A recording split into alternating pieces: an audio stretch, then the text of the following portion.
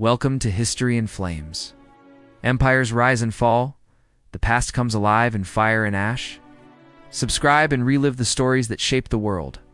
At the height of his power, Adolf Hitler dreamed not only of conquering nations, but of reshaping the very heart of Germany.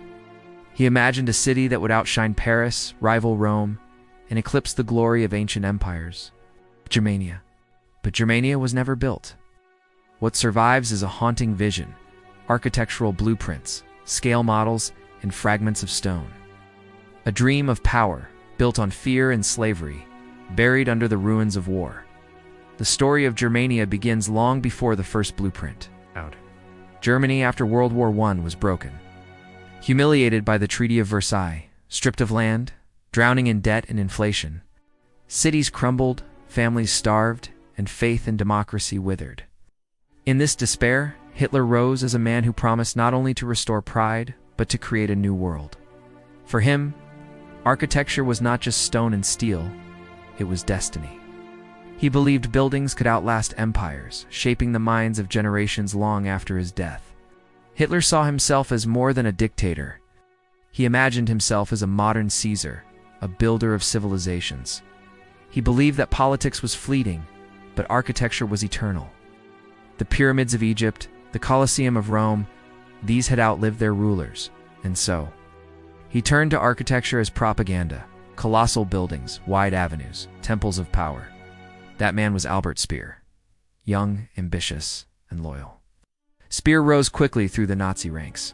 He designed rally grounds at Nuremberg, stadiums of stone where Hitler's followers marched by the tens of thousands.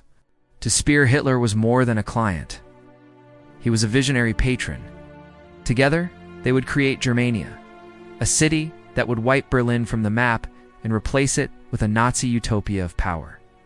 At the heart of Germania stood its crown jewel, the Volkshalle, or People's Hall, a dome so vast it could hold 180,000 people, nearly 5 times the size of St. Peter's Basilica in Rome.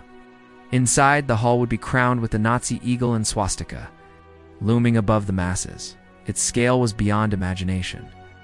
Engineers calculated that the sheer breadth of its crowds would create condensation, clouds, and rain inside the building itself. It was not a hall for citizens. It was a temple of tyranny, designed to humble all who entered. Cutting through Germania would be the Triumphal Avenue, a boulevard 2 miles long, lined with stone colonnades and flanked by monuments. At one end, the Volkshalle. At the other, the triumphal arch twice the size of Paris's Arc de Triomphe. Its walls were to bear the names of 2 million German soldiers who had fallen in World War I, but unlike the French Arch, this was no memorial of peace. It was a promise of eternal war, a shrine to sacrifice for empire. But behind the marble fantasy was horror. Germania was not to be built by proud workers, but by slaves, prisoners of war. Jews, Roma, and countless others uprooted from occupied lands. Entire neighborhoods of Berlin were destroyed. Families forced from their homes. Streets cleared not for citizens, but for monuments to dictatorship. To build Germania, millions would be sacrificed, not only in war, but in chains. As war consumed Europe, Hitler's dream crumbled. Steel and stone for monuments were redirected to tanks, planes, and weapons. Speer's model sat gathering dust in his office as Allied bombs tore Berlin apart. The Volkshalle was never built. The arch was never raised. Germania remained a ghost city alive, only in sketches and blueprints, never in stone. Hitler promised a 1,000-year empire. Germania was to be its crown. Instead, in 1945, Berlin lay in ruins. The Reichstag burned. The red flag of the Soviets flew over rubble.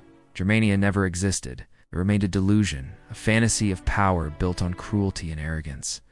What survives today is not a world capital, but a warning, a reminder of what happens when dreams of empire are built, not for people, but against them. Thanks for watching. Like and subscribe for more. Share your thoughts below.